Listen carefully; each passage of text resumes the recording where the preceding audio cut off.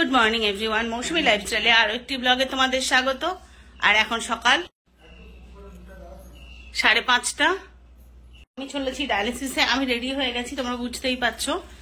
আর এদিকে মিঠি স্কুলে যাবে বলে সবকিছু গুছিয়ে রেখে দিয়েছি, আর আমি বেরিয়ে যাচ্ছি। তো চলো, যে মিঠির ব্যাগ, জল, টিফিন ঢুকিয়ে দিয়েছি। এখানে মিঠির school dress, I card, Mithi খেয়ে যাওয়ার ছাতুর শরবত। মিঠি নিজেও ঘুম থেকে উঠে গেছে, তোর ও রেডি হতে লাগুক আর আমি ততক্ষণে বেরিয়ে যাই। ওর বাবা যেহেতু আছে। বলো মা। Good morning. বলো গুড মর্নিং। তো চলো আমরা বেরিয়ে যাই, সঙ্গে থাকো।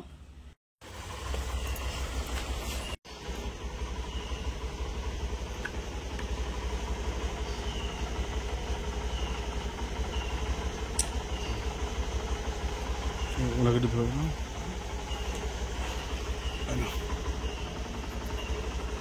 বুঝছো দাদা, একটু সাবধানে যাবেন। হ্যাঁ,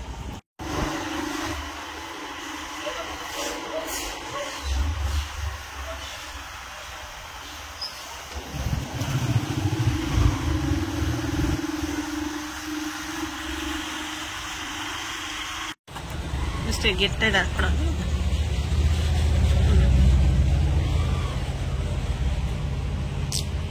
শুনতে পারলাম না।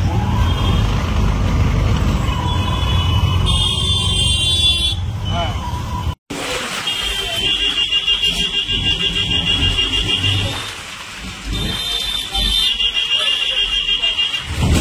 তো এখন দুপুরবেলা প্রায় 3:30। এখন আমি একটু বেরোচ্ছি, দেখে বুঝতে পারছি রেডি হয়েছি। আমি একটু যাদবপুরের দিকে যাচ্ছি, আমার কিছু বন্ধুরা আসছে ওখানে। আমি আজকে স্কুল তো যাইনি, কারণ প্র্যাকটিক্যাল ক্লাসও ছিল না, আর বাড়িতেও বেশ টুকটাক কিছু কাজ ছিল, যে কারণে আজকে স্কুল যাইনি। তো আমার একটা প্র্যাকটিক্যাল বই আমার একটা বন্ধুকে আমি আনতে বলেছিলাম, তো ওরা তাই সবাই মিলে ঠিক করলো, ঠিক আছে তোকে যখন ওটা দিতে যাবো আমরা তাহলে একটু যাদবপুরে আসি। এসে ওখানে আমাদের একটা স্কুল থেকে বেরিয়ে আমরা একটা পার্টিকুলার দোকান আছে যেখান থেকে আমরা সবাই বেরিয়ে মোমো খাই। তো বলেছিল ওখানে তাহলে আয়, ওখানেই দাঁড়াস, আমরা ওখানে সবাই মিলে একসাথে দেখা করে তোকে বইটা দিয়ে দেবো, তুই বইটা নিয়ে আসিস, আর আমরা সবাই মিলে ওখানে দাঁড়িয়ে একটু মোমো খাবো। ঠিক আছে, দেখা যখন হবে, প্ল্যান যখন হচ্ছে তাহলে হোক। তো আমি সেইভাবে বললাম যে ঠিক আছে তাহলে তোরা দাঁড়াস যাদবপুরে, আমি আর স্কুল অব্দি যাচ্ছি না, তোরা ওখানেই আসিস, আমিও যাদবপুরে চলে যাচ্ছি। ঠিক আছে, তো ওখানে যাব, বইটা নেবো, মোমো টোমো খাবো, ভাবলাম বাড়ির জন্য একটু নিয়ে আসবো, আর তারপরে ওদের সাথেই আমি বাসে করে একসাথে বাড়ি ফিরে চলে আসবো। তো তোমরা সাথে থাকো, আবার ফিরছি।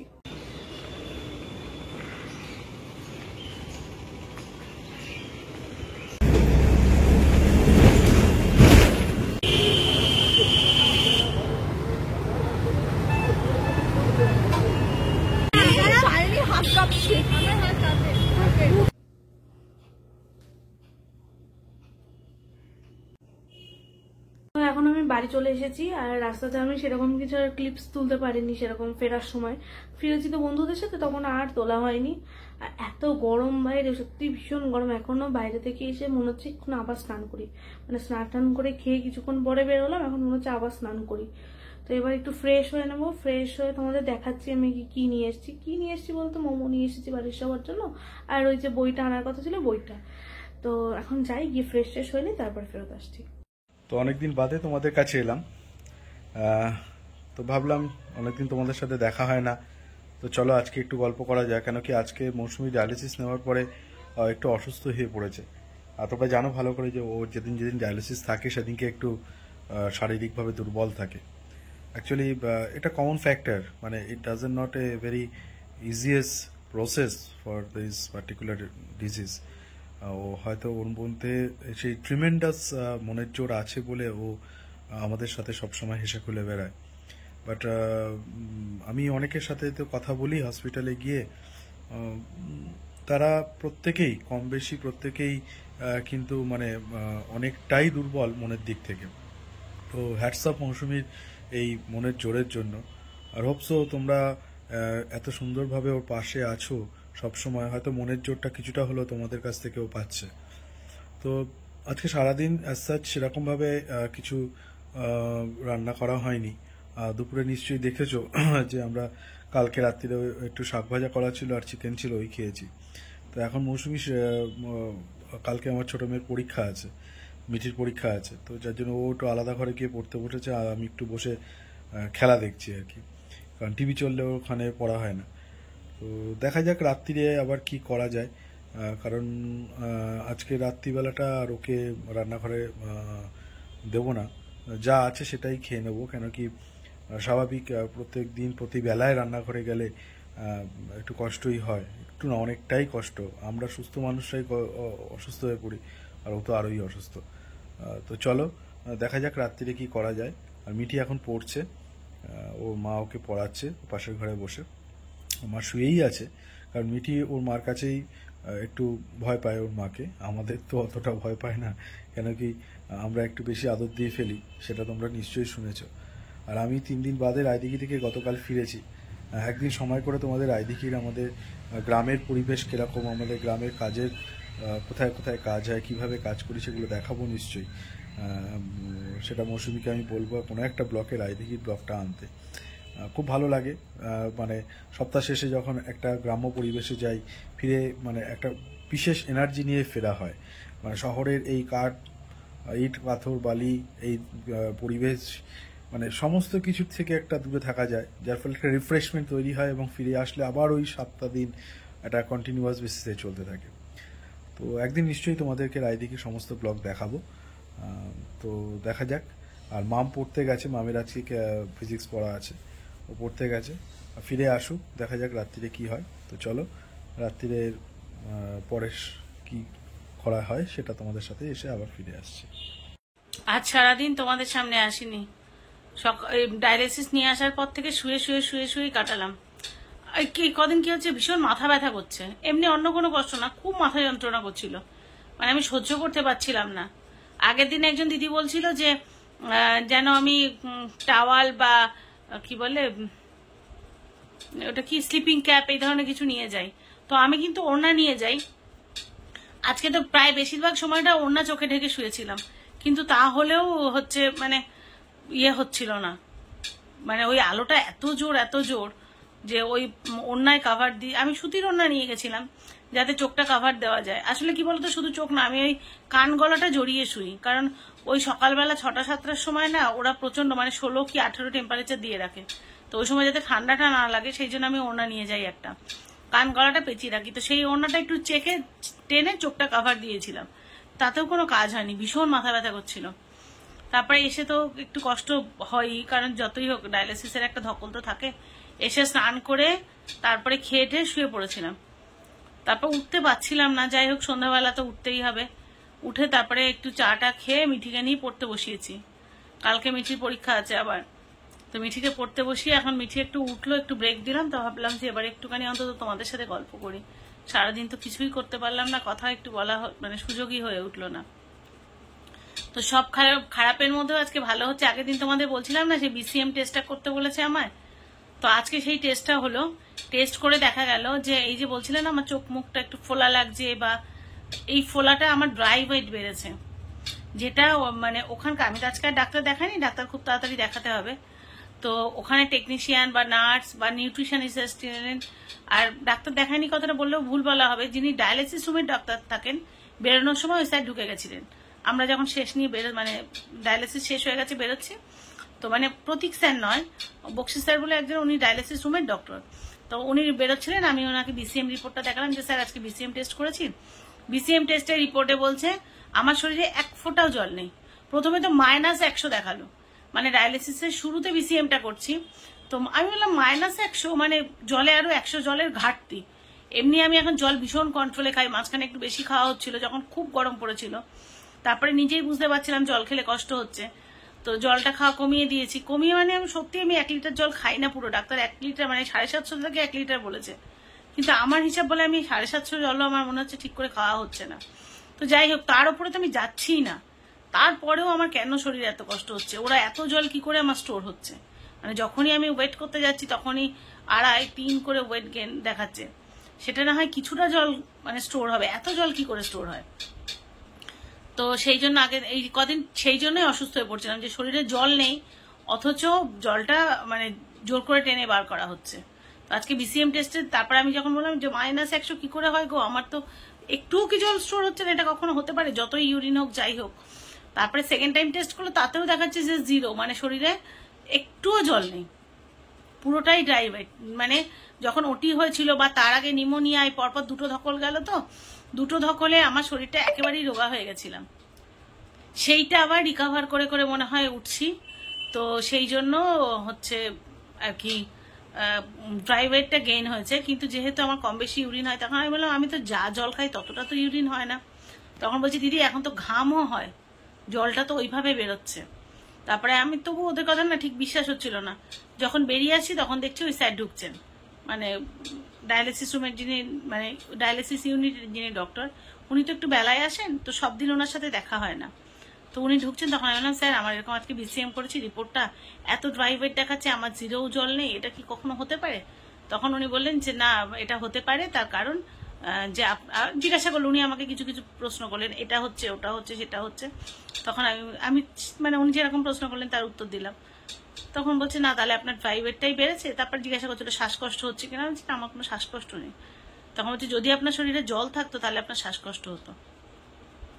তো যাই হোক, সবকিছু খারাপের মধ্যেও ভালো এটা যে আমার শরীরে কিন্তু জল স্টোর হচ্ছে না। তো দেখি এবার স্যারের অ্যাপয়েন্টমেন্ট নেব, আবার একবার দেখাতে হবে, কারণ ওই যেহেতু বিসিএম এ জল বলছে 0, ড্রাই ওয়েটটা বেড়েছে।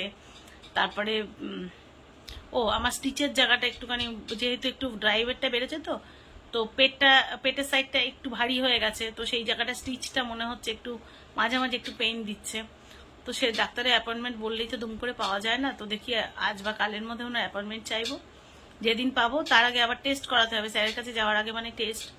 তো সেগুলো করিয়ে, আর ক্রিয়েটিনিনটা কম আছে, হিমোগ্লোবিন ঠিক আছে, শুধু পটাশিয়ামটাই একটু এলোমেলো করছে। দেখি ওটা কি রিপোর্ট আসে, তার উপরে বেস করে এবার স্যার আবার কি সিদ্ধান্ত নেন।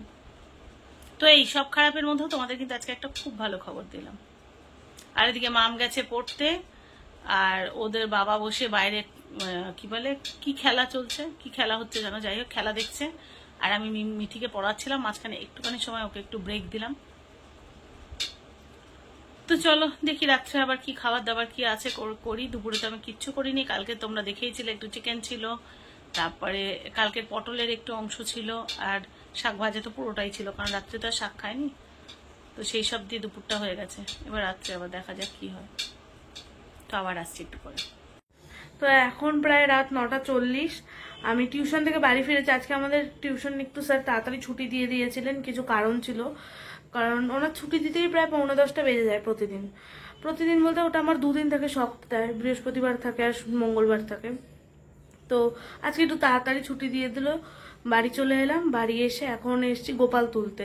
এখনো কারো খাওয়া দাওয়া হয়নি, তো আমি ভাবলাম আগে গোপাল তুলে নিই, গোপাল সোনাকে শুইয়ে তারপরে খাওয়া দাওয়া হবে। এই যে গোপাল সোনাকে এখন খেতে দিতে এলাম। এই যে বিস্কুট দেব আর 2টো খেজুর, এই যে, আর ওর জলটা যে দিয়েছে ওখানে একটা বাতাসা দেব।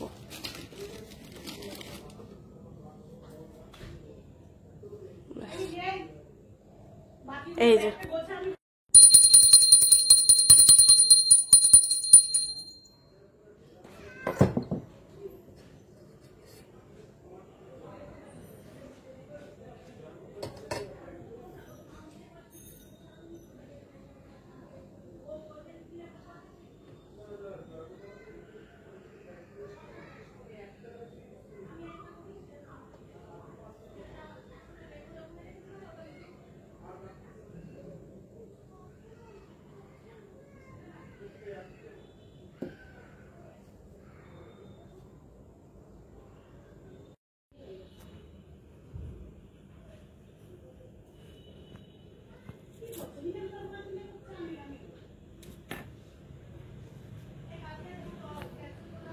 এই দেখো গোপাল সোনা।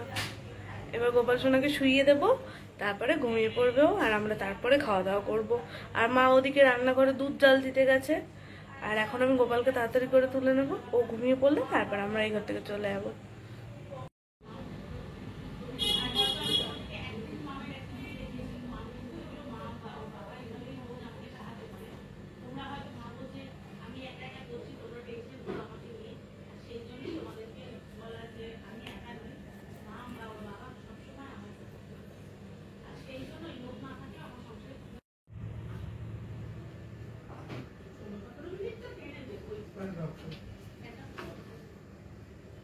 পড়ানো হয়ে গেছে, এবার এসেছি দুধ জাল দিতে। দুপুরে সেভাবে কিছু করিনি, ফলে রাত্রেবেলা একটু সেদ্ধ ভাত করলাম আর দুধ জাল দিতে এলাম।